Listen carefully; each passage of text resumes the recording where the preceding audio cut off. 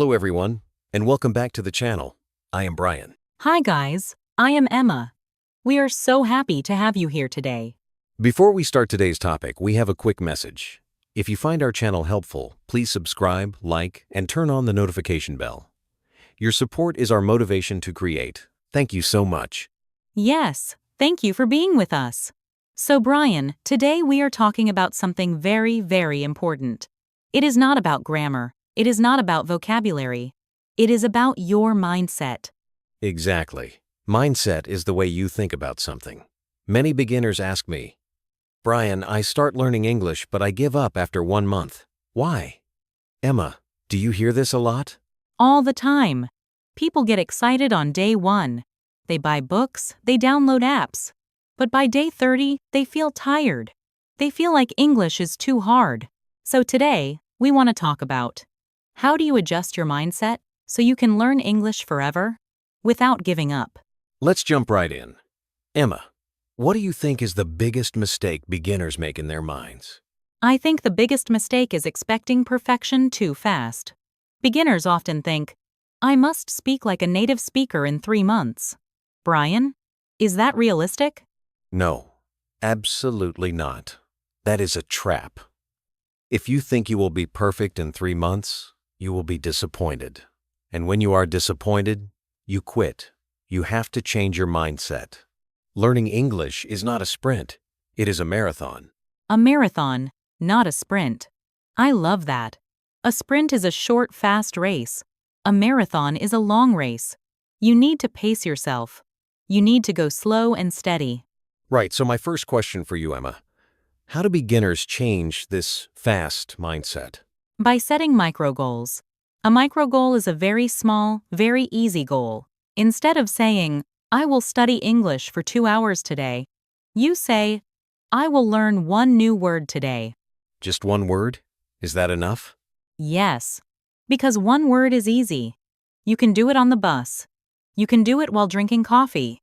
If you do it every day, that is 365 words in a year. The goal is to build a habit, not to overload your brain. That makes sense. It is better to study for 10 minutes every day than to study for 5 hours once a week. 10 minutes a day keeps your brain connected to English. Exactly. Consistency is the key. Consistency means doing something regularly. Now, Brian, let me ask you a question. Many beginners tell me they are afraid. They are afraid of making mistakes. How do we adjust this fearful mindset? Oh, the fear of making mistakes. This is huge. In many cultures, making a mistake means you failed. In school, a red X on your test is bad. But in language learning, a mistake is actually a good thing. Wait, a mistake is a good thing? Explain that to our listeners. Yes. Think of a baby learning to walk. The baby falls down many times. Does the baby say, "Oh, I made a mistake. I will never walk again"? No. Falling down is how the baby learns balance. Making grammar mistakes is how you learn English. That is a wonderful example. If you never make mistakes, it means you are not trying new things. You are staying in your comfort zone. Exactly. So the mindset shift here is, mistakes are my friends. When you say the wrong word, laugh about it. Say, oops. Okay, now I know the right word. Don't feel ashamed. Native speakers make mistakes too. That is so true. Communication is the goal, not perfection. If you go to a coffee shop and say, I want coffee, please, with bad grammar, but you get the coffee, you succeeded. You communicated. Yes, celebrate the small wins. Getting your coffee is a win. Okay, so we talked about patience, micro goals, and loving our mistakes. What is next? What about motivation? Sometimes, people just feel lazy. That brings us to finding your why. Your why is your personal reason for learning English. Emma, why did you want to learn English when you started? For me, it was travel. I wanted to travel the world alone. I knew that English was the global language.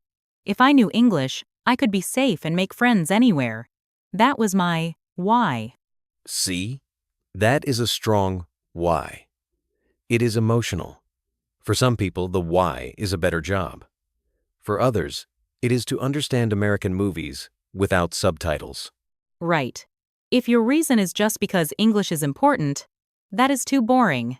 Your brain will not care. You need a personal connection. So, my question to the listeners is, what is your why? That is a great homework question for everyone. Write down your why on a piece of paper and put it on your wall. When you feel tired, look at it. Now, Brian, I have another problem I hear often. English is boring.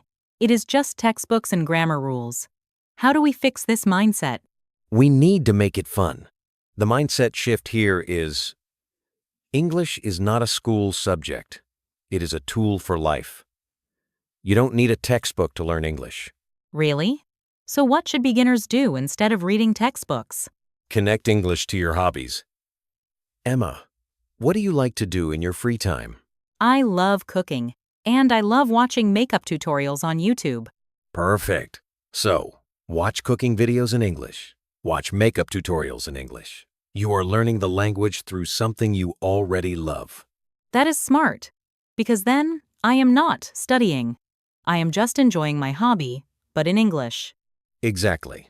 If you love video games, play them in English. Change the language on your phone to English. Follow English-speaking influencers on Instagram.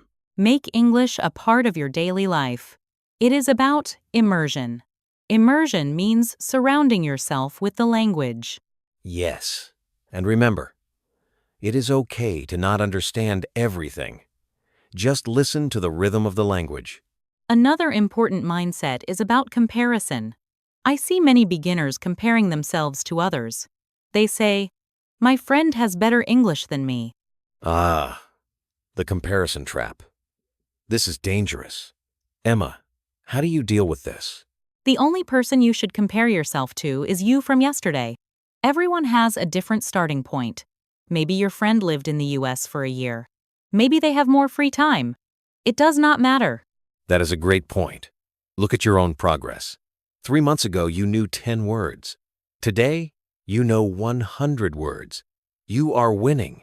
Be proud of your own journey. Yes. Be kind to yourself. Learning a language uses a lot of brain energy. Give yourself a pat on the back. Let's summarize the mindset shifts we talked about today. It feels like we covered a lot of great ground. We really did.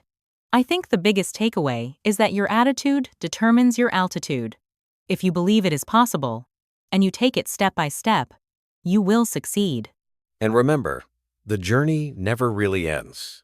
Even as advanced speakers, Emma and I are still learning new English words every day. That's so true. Language is alive and always changing. So, don't rush. Enjoy the process. Well said, Emma. I think that is a perfect place to wrap up today's episode. Thank you all for listening to our conversation. We hope these mindset tips will help you on your English learning journey.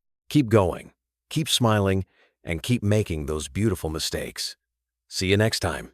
Bye, everyone.